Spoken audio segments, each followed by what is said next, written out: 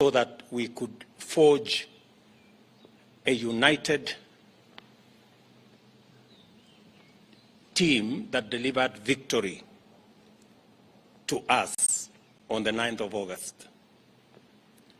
I appreciate the men and women who came with me from our earlier party to the United Democratic Alliance. Many men and women, members of parliament, senators, governors, MCAs, and many Kenyans came along with us to forge a democratic movement under the United Democratic Alliance. I want to appreciate also in a very special way our partners and friends who came to join us and together worked and walked this journey to victory. Our brothers in ANC, our brothers in Fort Kenya, in Chap Chap, in DP, and all the other parties that joined us. And because of their contribution, because of their decision to work with us under very difficult circumstances, we won this election. Today, I am proud to announce the men and women who will serve in the cabinet of the Republic of Kenya by God's grace. And before I do that, let me say that this exercise is important because although we have a cabinet, which I met with my good deputy this morning, it is also important that we set up the new cabinet early so that we can quickly take charge of the affairs of our country and begin the process of implementing the plan that we set out before the people of Kenya and persuaded them to vote for us on the basis of that plan. And it's because of that reason, and after extensive consultation with our teams, I am going to announce the following. My good deputy, Rigathi Gachagua, who I have a lot of regard for standing with me and working extra hours and being part of my support team. And now, by God's grace, he is the Deputy President of the Republic of Kenya. As I promised, my deputy is going to be a very busy person. And I am sending an executive order for print to assign my deputy very clear responsibilities that will assist me be able to discharge the responsibility, the heavy responsibility put on my shoulders by the people of Kenya, as is in accordance with the Constitution of Kenya. The Deputy President will deputize the President in the execution of all President's functions that are allowed by the Constitution and law. He will chair cabinet committees. He will oversee the implementation of cabinet decisions across all ministries and departments. Number 4, he'll coordinate intergovernmental relations between the national government and the county government, including chairing the Intergovernmental Budget and Economic Council, commonly known as IBEC. He will be the liaison between the constitutional commissions and independent offices in matters that require intervention by the national government, including budgets, policy formulation, and implementation of their recommendations. And number 6, he will coordinate the planning and supervise the implementation of development partners' funded programs and projects. And he will oversee public sector reforms and any other functions as I may assign him from time to time.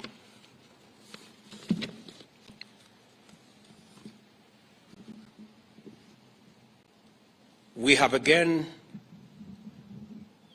the other very important position,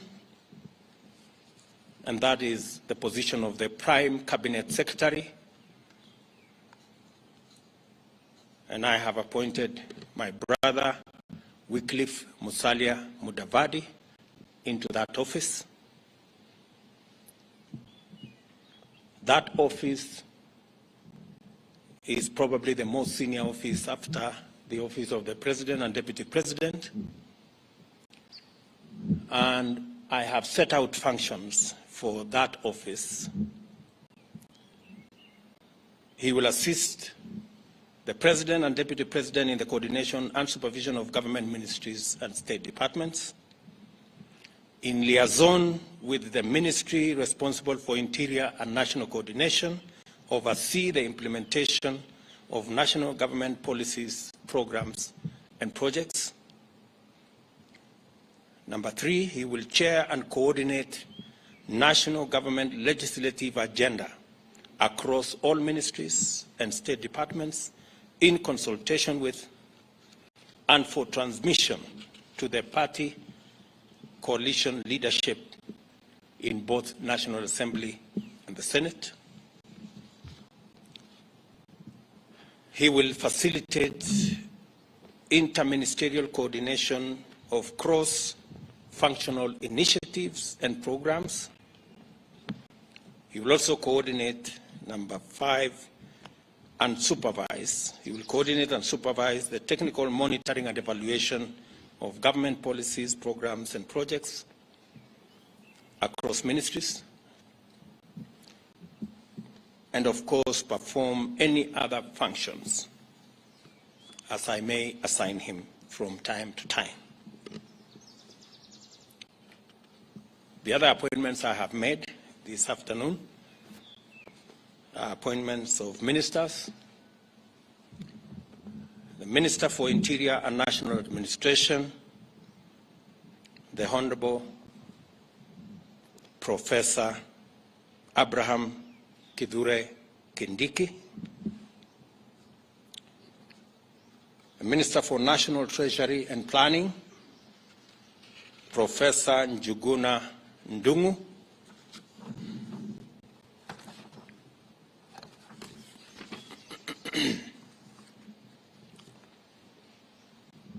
Public Service, Gender and Affirmative Action, the Honorable Aisha Jumwa Katana.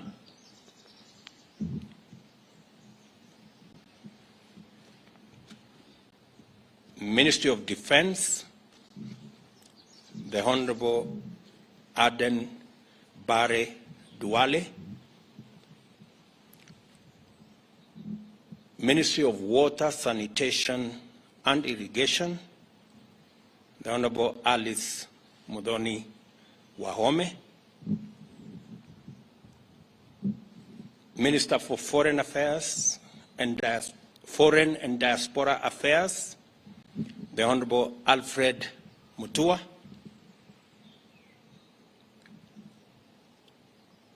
Minister for Trade, Investment and Industry, the Honorable Moses Kuria, the Minister for East African Community, Arid and Semi-Arid Lands and Regional Development, Rebecca Miano,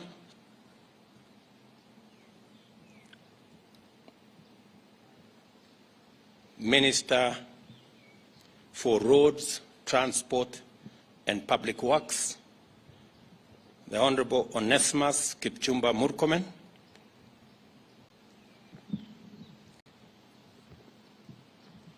Minister for Environment and Forestry, the Honorable Rosalinda Soipan Tuya,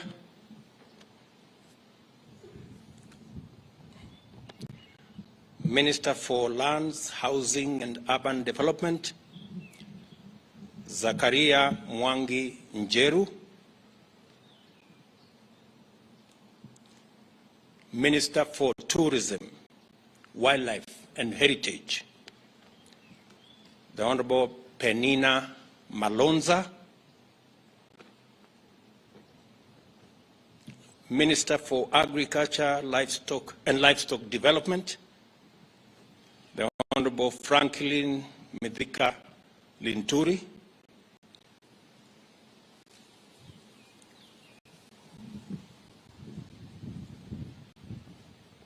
Minister for Health, Susan Nakumicha Wafula,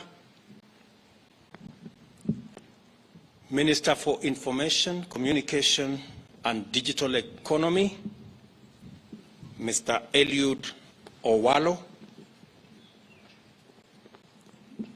Minister for Education, Ezekiel Machogu, Minister for Energy and Petroleum, Davis Chirchir, Minister for Youth Affairs, Sports and Arts, Honorable Ababu Namwamba,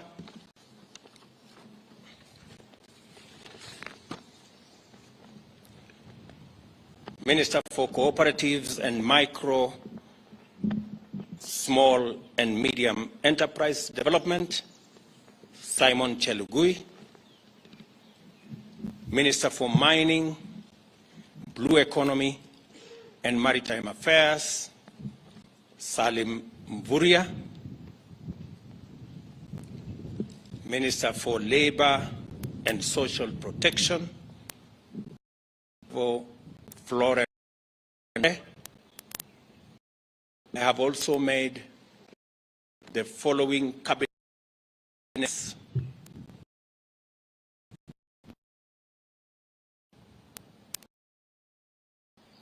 on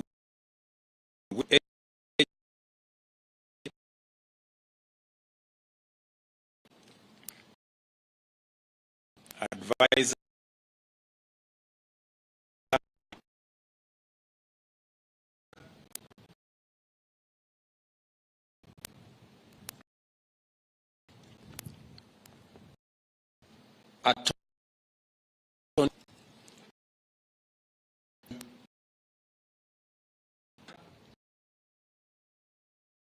to the cabinet.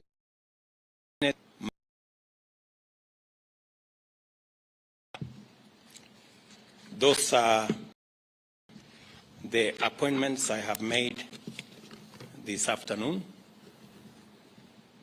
Other appointments will follow in due course on the other areas that are part of the team that will work with me and my two brothers and the entire cabinet in making sure that we implement the program and the plan upon which the people of Kenya voted for us.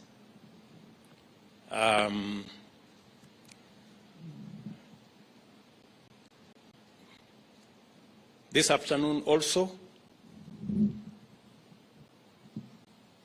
I have received communication from the Inspector General of Police, Mr. Mutyambai, of his request to proceed on terminal leave because of his health situation. I have, after discussing with Mr. Mutyambai and in consideration of his service to our nation and his health situation, I have accepted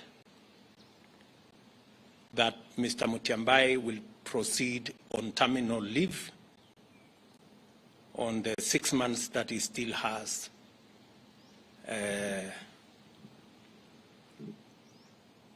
of his contract.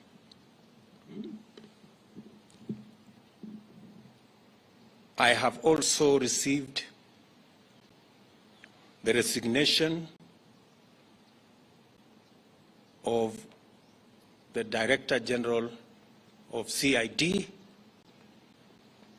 Mr. Kindiki,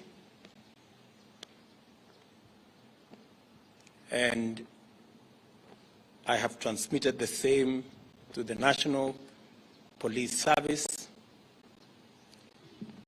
to proceed with advertising that position. And meanwhile, they should get somebody to act in the place of Mr. Kindiki.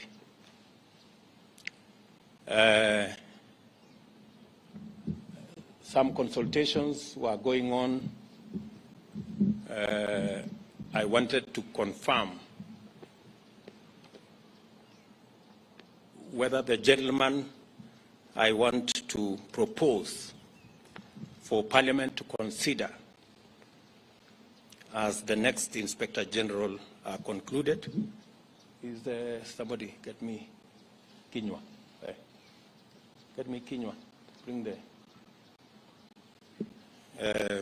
I will also formally announce to you that as well, all in the exercise of trying to assemble the next administration so that we can, all of us, begin to work on the nuts and bolts of the transformation of our country. We appreciate that we have a difficult economic situation in our hands, but I am confident that working with this team, we will overcome all the challenges that are there. Did you finish with that?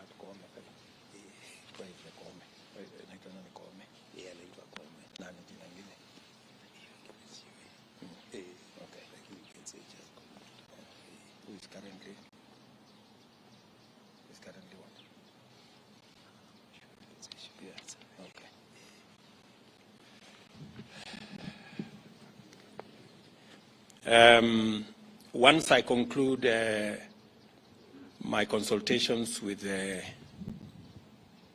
head of public service here, the name of the new Inspector General of Police will be released this afternoon. So, with those many remarks, ladies and gentlemen, I want to take this opportunity to wish the men and women on this list, the great people who will assist us deliver on the Kenya Kwanza plan. I wish them well. They will now proceed to Parliament for the exercise in Parliament so that Parliament can approve and give me the opportunity to finally conclude the appointment and get each and every member of this team to work. Asanteni sana, and may God bless you.